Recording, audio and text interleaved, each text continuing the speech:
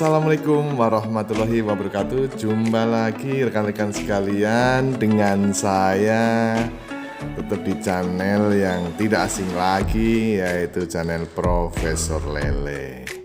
Ya rekan-rekan sekalian, untuk saat ini biasa ya, namanya Profesor Lele, tapi ini saya akan meng-share pokoknya masih hubungan dengan budidaya perikanan dan inspirasi bisnis. Saya akan meng-share tentang peluang ikan hias ya, yang sangat fenomenal ya di masa pandemi ini ya, sangat fenomenal. Jadi banyak sekali penggemarnya secara tiba-tiba ya. Dulu memang sudah banyak penggemarnya, tetapi ini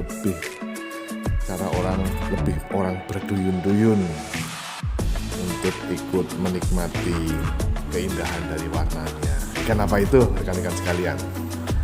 Ya tidak salah, ini merupakan dari rekan kita ya. Jadi adalah ikan cupang. Ikan cupang atau ikan berta, istilah umumnya ya. Biasa disebut umumnya ikan cupang, paling gampang. Oke rekan-rekan sekalian, jadi ikan cupang ini ya, kalau secara bisnis ini sangat berpotensi ya, punya peluang bisnis yang besar sekali ya. Apalagi pada saat ini ya, pada saat pandemi ini banyak sekali peminat atau penghobi baru ya, yang semakin tertarik, semakin mendalami tentang ikan cupang atau berta ini. Karena apa? Yang jelas ini ya, ini ada pengalaman seorang breeder ya. Ini bisa menghasilkan omset yang lumayan fantastis ya. Bisa sampai 300 juta per bulan ya, 300 juta per bulan, fantastis. Bahkan ada yang lebih ya. Kalau kita lihat di YouTube itu, kita lihat harganya pun sangat luar biasa ya. Ada yang harganya ratusan, 200, 300 sampai puluhan juta, bahkan sampai belasan juta. Jadi ini sangat menggiurkan sekali ya untuk para penghobi dan nantinya lari ke arah bisnis. Tetapi itu saya bilang tadi untuk yang kelas menengah ke atas. Jadi ikan cupang pun ada kelas-kelasnya ya. Ada dari yang kelas bawah ya, yang harganya mungkin di bawah 100.000, kelas menengah sampai kelas atas. Itu tergantung daripada hobi masing-masing dan jenis dari ikan cupang yang kita pelihara. Karena kita tahu kan ya, ikan cupang kan ada beberapa jenis ya, halmon ya, ada halmon, plakat, giant, serit, dan beberapa jenis lainnya ya, banyak jenisnya, saya nggak hafal. Oke rekan-rekan sekalian, terus dengan modal ya, ada yang bertanya, yang pemula khususnya, atau yang mungkin baru tertarik aja, baru lihat-lihat di YouTube, ada yang tanya berapa sih kira-kira modal yang dikeluarkan untuk seorang breeder pemula ingin ikut meramaikan dunia percupangan. Jadi rekan-rekan sekalian, itu masalah modal itu tergantung ya, tergantung kita mau beli cupang yang kayak apa ya, kualitasnya bagaimana. Bisa memang untuk saat sekarang ini bisa jadi mungkin yang beli satu pasang spare-nya itu ada yang mungkin 100.000 bahkan ya, ada yang 100.000, ada yang 500.000, bahkan ada yang sampai belasan juta. Kayak ada pendapat ini ya, ada pendapat dari breeder ya. Ini kalau memang kita mau sekalian mau grade yang bagus, yang high, yang super quality, indukannya aja ada yang sampai yang startnya itu 5 juta, bahkan sampai 5 jutaan sepasang. Luar biasa nih, potensi keunggulannya luar biasa kalau dilakukan ya, lakukan dan dipelihara dengan secara prosedur ya. Prosedur maksudnya dari induk yang bagus ya, induk yang bagus, teknik yang bagus juga, terus airnya yang bagus, makanan ikan cupangnya juga yang bagus, itu nanti insya Allah bisa menghasilkan anakan atau anakan atau turunan yang juga relatif bagus seperti induknya. Itu sekarang untuk peluang bisnisnya. Terus bagaimana kok ya untuk mengembangkan ikan cupang itu, untuk memijahkan ikan cupang itu bagaimana, susah atau tidak? Ya, itu sebetulnya pertanyaan yang sangat relatif dan sangat umum ya untuk seorang pemula atau mungkin baru coba-coba lihat gitu ya. Oke, yang jelas untuk pemijahnya relatif cukup mudah ya, cukup mudah dikembangkan juga, karena yang penting itu bahwa air yang menjadi kunci dari pengembangan atau pemijahan ikan itu sendiri ya. Karena jika air tidak sesuai maka ikan bisa gampang terserang penyakit dan nantinya warna yang diinginkan bisa tidak keluar atau tidak mutasi, istilahnya itu kalau di dunia percupangan itu mutasi atau tidak. Nah itu rekan-rekan sekalian, jadi punya potensi yang sangat luar biasa. Ini saya masih bahas peluangnya ya, jadi saya akan membahas peluang. Untuk pemasarannya ya, saat sekarang relatif lebih mudah ya, sudah punya varian banyak karena banyak breeder yang kreatif, yang inovatif, jadi menghasilkan strain baru yang bagus.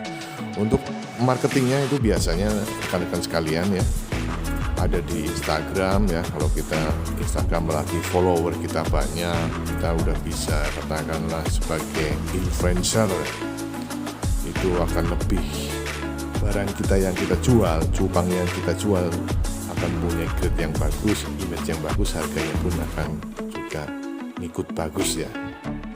Itu Instagram. Pokoknya yang online ya, otomatis yang digital marketing.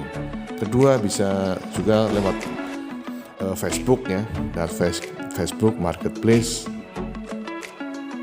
mungkin lewat grup WA bisnis yang masih hubungan dengan dunia perikanan khususnya cupang. Juga bisa juga kita bikin channel YouTube ya, seperti kita ketahui bersama ini banyak channel YouTube yang membahas ikan cupang ya, dari yang Iway Gembel, dari Robi Mesa, banyak sekali ini. Terus saya sendiri juga, ini saya terus terang aja, channel yang namanya Profesor Lele juga membahas tentang berbagai ikan, bukan cuma ikan lele konsumsi tapi juga ikan hias ya, termasuk di dalamnya ikan cupang. Jadi untuk masalah marketingnya atau penjualannya, insya Allah untuk saat sekarang ini banyak sekali jalur atau lain yang bisa kita jalankan.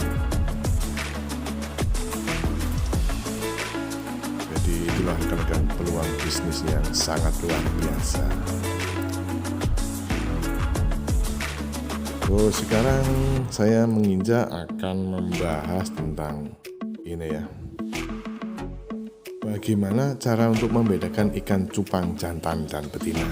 Seperti tadi kita lihat ya, tadi kan ikannya sungguh menawan, kok bagus-bagus, bagaimana sih pemijahnya. Nah, sebelum menginjak ke pemijahan, otomatis kita harus seorang breeder cupang itu harus tahu cara membedakan ikan cupang jantan dan betina ya. Bagaimana pacarannya, terus bagaimana nanti terjadi perkawinannya. Oke, simak terus channel Profesor Lele. Jadi rekan-rekan sekalian ya, untuk cara membedakan ikan cupang jantan dan betina itu bisa dilihat dari berbagai segi ya. Bisa dilihat dari perilaku dan agresivitasnya ya. Jadi apa itu agresif atau tidak, itu juga bisa membedakan kita ya, apa itu jantan, apa itu betina. Bisa juga dari corak ya, dari corak warnanya pada sisik, terus juga lewat anatomi tubuh serta adanya gelembung di media pemeliharaan kita.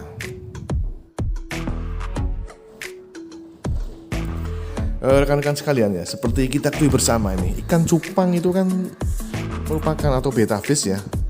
Itu yang jelas sifatnya dia agresif ya. Agresif dan sangat ketat beliaunya ya, ikan cupangnya ini menjaga teritorinya, daerahnya. Jadi biasanya ikan cupang yang berkelamin jantan ya, catat ya, ikan cupang yang berkelamin jantan itu akan lebih agresif dibanding ikan cupang betina. Jadi betina itu lebih lemah lembut ya, lebih lemah lembut, lebih sabar lah kalau kita orang bilang ya. Itu sifat karakter ikan ya. Bahkan manusia pun kalau perempuan itu juga rata-rata lelaki itu suka yang lemah lembut ya, keibuan, manis, pokoknya istilah-istilah yang memang mendefinisikan ke female ya, feminis. Selain dari tadi sifat tadi ya yang agresif, itu juga ada cara lagi untuk membedakan ikan cupang jantan dan betina ya, mulai dari corak pada sisik, bentuk badan ya, bentuk badannya, bentuk sirip dan lain-lainnya cari sendiri nih. Itu udah lumayan saya kasih bocorannya nih pemirsa sekalian, channel Profesor Lele. Ada yang bilang nih ganti namanya, bukan channel Profesor Lele tapi Profesor Cupang. Ya oke, itu joke aja ya rekan-rekan sekalian, itu joke aja, jangan diambil hati, kita biar nggak bosen-bosen untuk mantengin channel ini ya. Jadi rekan-rekan sekalian, secara morfologi atau secara biologinya ini, ikan cupang itu termasuk pada kelompok hewan vertebrata atau bertulang belakang ya. Ini rekan-rekan yang dulu sekolahnya di SMA-nya jurusan biologi, IPA atau fisika ini biasanya tahu ini ya. Biasanya tahu nih, kalau mungkin kalau yang IPS ya ada yang tahu, ada yang enggak. Yang jelas kalau IPA harus tahu ini. Jadi itu masuk ikan vertebrata atau bertulang belakang. Dan ikan ini rekan-rekan sekalian, ikan cupang ini pertama kali coba ditemukan di mana? Ya betul. Jadi pertama kali itu ditemukan di wilayah perairan air tawar Asia Tenggara ya. Asia Tenggara. Nah, Indonesia termasuk Asia Tenggara nih rekan-rekan sekalian. Tahu kan? Berapa negara Asia Tenggara? Ya, saya sebutkan nih, Indonesia, Filipina, Malaysia, Thailand, Myanmar atau Burma zaman dulu. Nah, sekarang kayak Timor Leste juga mau gabung dengan Indonesia, infonya masih belum aktif. Terus rekan-rekan sekalian, kalau kita lihat ikan cupang ya, kalau kita lihat ikan cupang itu kelihatan sekali bahwa ikan cupang kelihatan tangguh ya, kuat. Tangguh dan kuat, dan dia kuat oksigen, tahan di oksigen yang rendah. Karena apa? Sebab ikan cupang ini punya yang bisa hidup dengan oksigen yang tipis ini karena ikan cupang ini memiliki bentuk insang yang berkelok-kelok ya. Insangnya itu berkelok-kelok seperti labirin. Berkelok-kelok seperti labirin. Jadi hal inilah rekan-rekan sekalian yang membuat ikan cupang atau betta ini bisa bertahan lebih lama dari ikan lainnya saat sedang tidak berada di dalam air. Saya sendiri pernah menemui beberapa kali nih, pengalaman saya pribadi ini.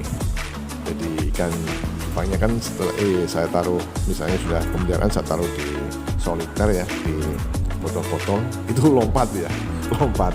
Jadi ada yang ketahuan masih hidup ya, mungkin lompatnya belum terlalu lama, saya masukin lagi, masih alhamdulillah masih hidup. Ada juga yang setengah teler, bahkan ada yang mati. Itu pengalaman saya, ada yang mati. Waduh, padahal kalau harganya katakanlah bisa ratusan ribu nih, udah rugi berapa saya ini. Nah, itu pengalaman saya. Jadi kalau ngisi, ini saran saya nih, ngisi cupang di botol ya, misalnya di botol atau di gelas apa gitu ya, itu jangan diisi sampai penuh-penuh lah, maksimal 3/4-nya, karena ya dia bisa melompat gitu loh. Apalagi kalau kita cupangnya itu disandingkan dengan temannya sebelah-sebelah, itu kan kayak mau tarung gitu ya. Kalau kita nggak tahu, kadang mungkin malam atau apa, nanti lompat kita nggak tahu, terus mati. Jadi preventif lah kawan-kawan sekalian, airnya jangan terlalu full, cukup 3/4 saja dari air botol yang kita pakai untuk medianya.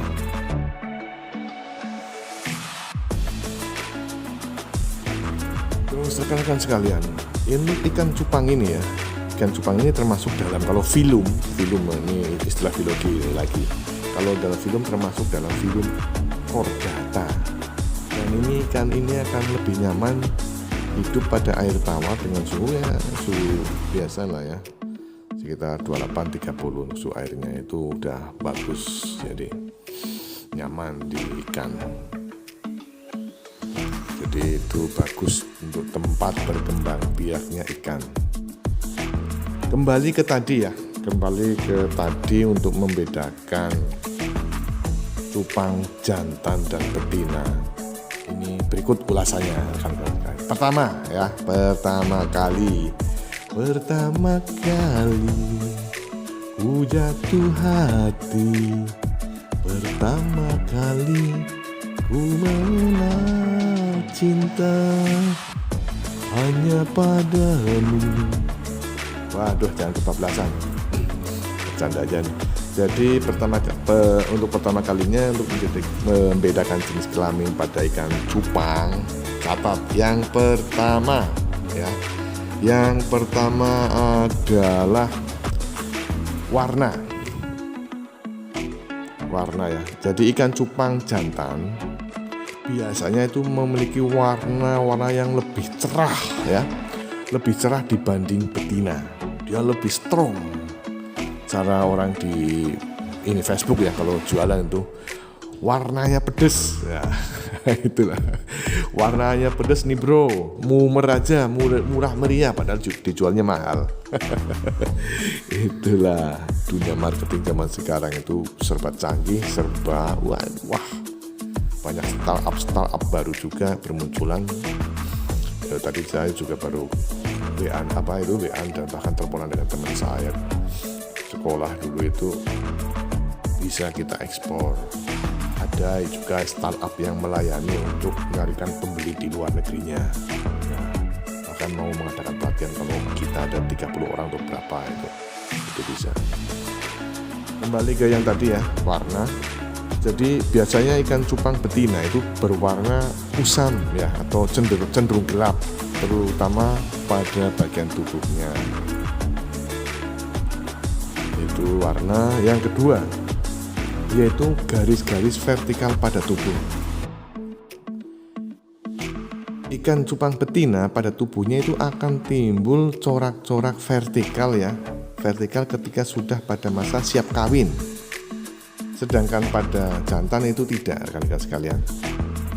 Jadi biasanya cupang betina yang sudah siap kawin berusia pada rentang ya, pada rentang paling tidak sekitar, kalau menurut saya dan pengalaman rekan sekalian, walaupun kadang usia 3 bulan aja sudah kelihatan telurnya ya, tapi untuk siap dipijakan, kalau saran saya itu kalau betina ya 5 bulan ke atas, kalau jantan 4 bulan sudah siap, tapi kalau betinanya 5 bulan ke atas. Jadi telur yang yang dihasilkan itu sudah matang gonan, sudah siap dikeluarkan, dan nanti burayaknya atau bibit yang dihasilkannya itu maksimal, jadi nggak gampang mati, kuat lah. Cara orang tuh nggak prematur, jadi kuat, sehat, lahir pada kondisi normal. Itu seperti pada layar ini multicolor galaxy ya, red color ini. Indah sekali, ini udah full block nih, udah termasuk full block ini, udah harganya mahal. Terus selanjutnya tadi untuk perbedaan jantan betina. Ketiga adalah bentuk tubuh. Bentuk tubuh ini ya, kalau jantan relatif bentuk tubuhnya itu lebih ramping ya, lebih ramping, lincah ya.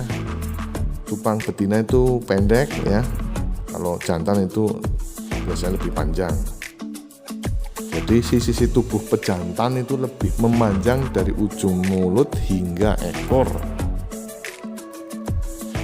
Yang keempat, rekan-rekan sekalian, ini ada lumayan banyak ini dan pemirsa sekalian, teman-teman itu lebih paham. Yang keempat, sirip ya. Cupang jantan itu memiliki sirip yang jauh lebih panjang. Kadang-kadang 3-4 kali panjang sirip cupang betina. Jadi sirip cupang jantan itu lebih panjang ya, guys sekalian. Jadi pada sebagian besar varietas betina memiliki sirip ekor pendek dan jantan memiliki sirip yang lebih panjang. Dan rekan-rekan sekalian ini perlu dicatat ya, sirip perut pejantan itu akan lebih panjang juga dan tebal daripada sirip betina. Itu siripnya ya, perbedaan tadi jantan betina. Terus kelima, bintik telur. Ini adalah cara yang paling mudah, guys. Cara yang paling mudah untuk membedakan antara ikan cupang jantan dan betina. Jadi sudah jelas dan pasti bahwa hanya ikan cupang betina nih yang memiliki bintik telur ya. Biasanya berada di antara sirip perut ya. Biasanya berada di antara sirip perut dan dubur mereka. Kelihatan sekali kok itu. Bahkan nih, cupang yang masih berusia 3 bulan aja yang betina udah kelihatan mengandung telur, itu udah kelihatan itu warnanya kekuningan ya di perutnya itu, di bawah perut itu. Jadi ini sebenarnya itu termasuk ovipositor ya, tempat keluar telur itu setelah cupang jantan membuahi. Biasanya nih guys, teman-teman semua, ini bintik telur ini akan bisa dideteksi saat cupang paling tidak udah berusia 3 bulan ke atas. Itu yang kelima. Terus yang keenam ini masih ada nih. Jadi cupang memiliki itu membran di bawah penutup pelat insang yang disebut dengan membran operkular. Jadi membran ini muncul seperti janggut, Jadi muncul seperti janggut dan muncul ketika ikan mengembangkan insangnya. Terus ya guys, pejantan tuh biasanya memiliki janggut juga yang lebih besar dari betina. Begitu besarnya sehingga sering terlihat meski sang cupang jantan tidak mengembangkan insangnya. Terus perilaku ya, yang ketujuh ini ada 9 nih saya sebutkan ya. Yang ketujuh adalah perilaku. Teman-teman sekalian, para pemirsa penghobi cupang jantan disebut juga sebagai ikan petarung ya. Ini otomatis bukan tanpa alasan, alasannya banyak. Tapi saya sebutkan sedikit aja ya. Dia terkenal kejam dan agresif nih cupang jantan dengan pejantan lain. Karena itu karena itu disarankan untuk tidak menaruh 2 pejantan dalam tempat yang sama. Kayak tadi di videonya kan ada cupang yang bareng-bareng ya. Itu karena baru diambil ya. Kalau misalnya dari diambil baru mau diseleksi itu masih bareng nggak apa-apa. Tapi nanti setelah dibotol sendiri usahakan jangan dicampur lagi karena nanti akan tarung nanti ada yang rusak. Sirip-siripnya ada yang rusak nanti. Bahkan lebih tragisnya lagi bisa mati ya toh. Yang ke-8 nih, singkat saja nih. Yang ke-8 adalah agresivitas. Tadi udah disebutkan ya, bukan cupang jantan tuh sangat mungkin menyerang betina. Dia lebih agresif ya. Jadi hampir tidak pernah menyerang istilahnya dia tuh agresivitas lebih tinggi dibanding betina. Yang ke-9 gelembung nih,